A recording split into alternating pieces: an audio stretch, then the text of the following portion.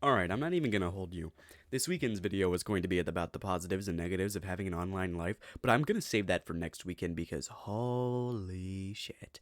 I picked up Oshi no Ko, and despite it being 2 episodes long right now, there is a lot to talk about, so I'm not gonna be wasting any time. There will be spoilers for the first 2 episodes, and I implore you to go watch them. Let's begin.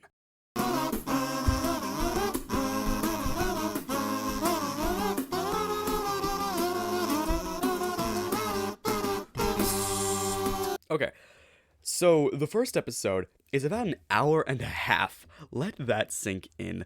I was very caught off guard by this fact when I went to go watch it because not many animes start out with an hour and a half long episode.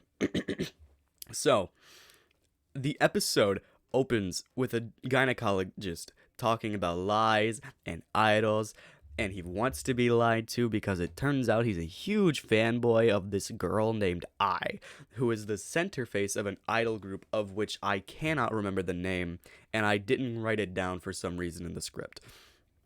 About 3 times in this singular, like, beginning part of the episode, the first, like, 10 minutes, they mention being reincarnated as an idol's child.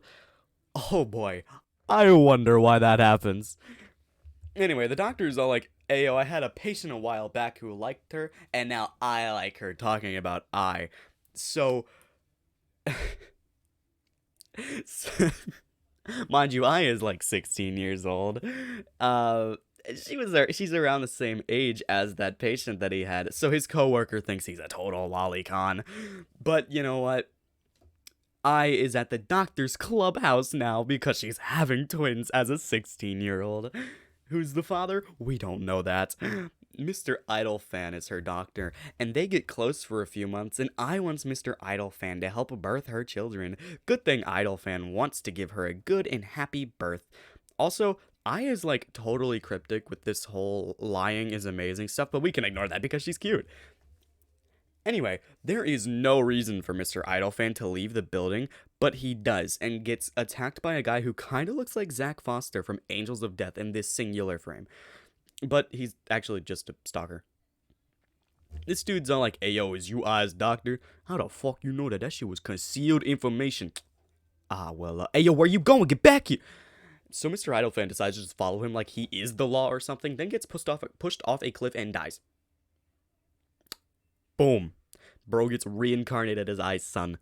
His new name, Aquamarine. But that's annoying. We're just going to call him Aqua. Also, his sister Ruby was reincarnated as well. Turns out she's the patient that Mr. Idolfan had that died. They try to keep the kids a secret from the public because that would cause trouble. Also, you cannot tell me that people don't know who these kids' parent is. They have the same eye. Later on, there's a role in a show or something, and Aqua outclasses a girl by talking normally. I sings the director's wife is... Well, she only married the director so she could get with cute boys. I rises and rises in fame. The kids grow up more, and the director... Not that one, this one. That he takes quite a liking to Aqua.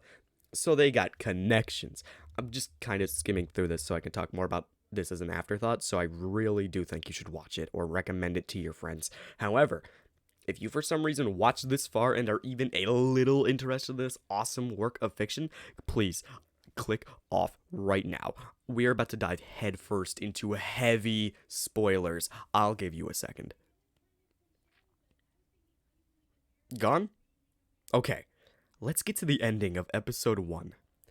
The same stalker that kills Aqua is a super fan of I, but he's all like, Yo, you had a child! You lied! You don't love the fans! And I kid you not, he stabs I. That had me depressed.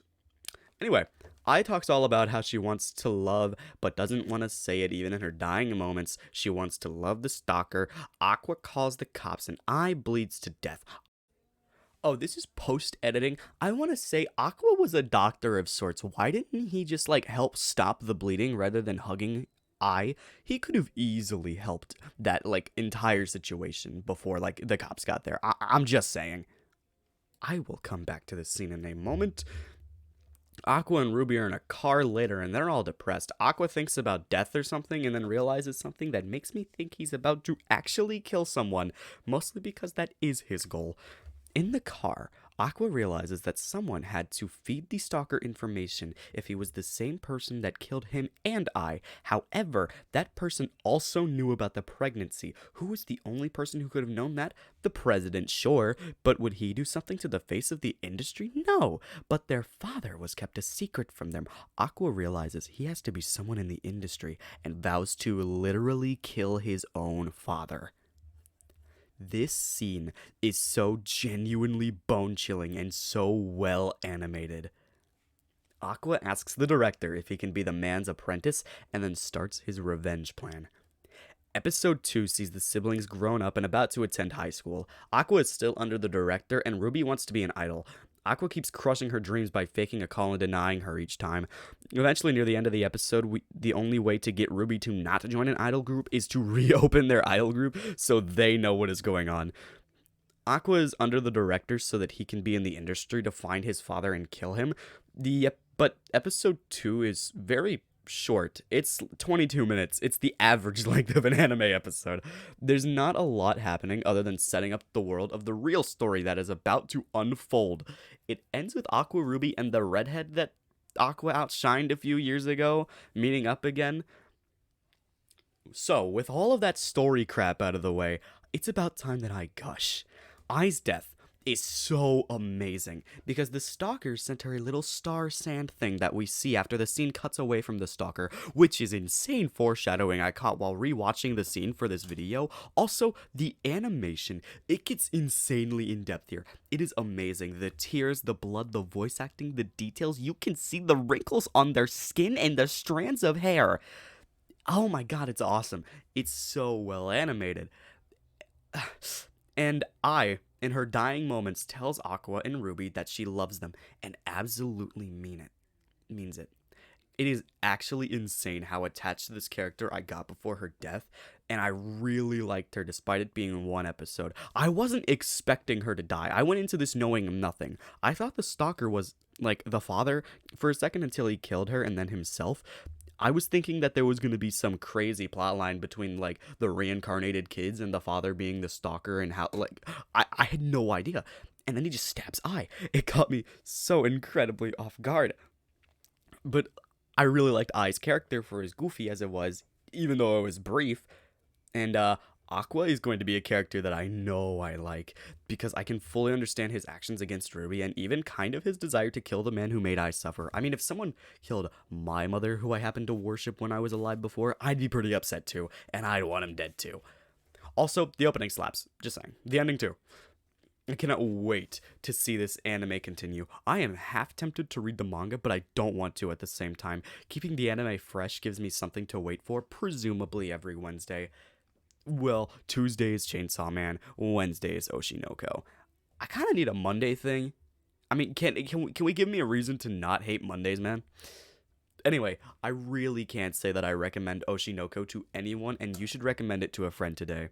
Also, Aqua kind of reminds me of a wise man's grandchild character. That's all I could think of when I thought of how familiar he was, which is funny because they were animated by different companies. Anyway, yeah, that's all. I love this anime already, and we only have 2 episodes of it. Aqua might honestly climb his way into the top 10 of, like, my favorite anime characters at some point. So to conclude, I thank you for watching. I have been Zach.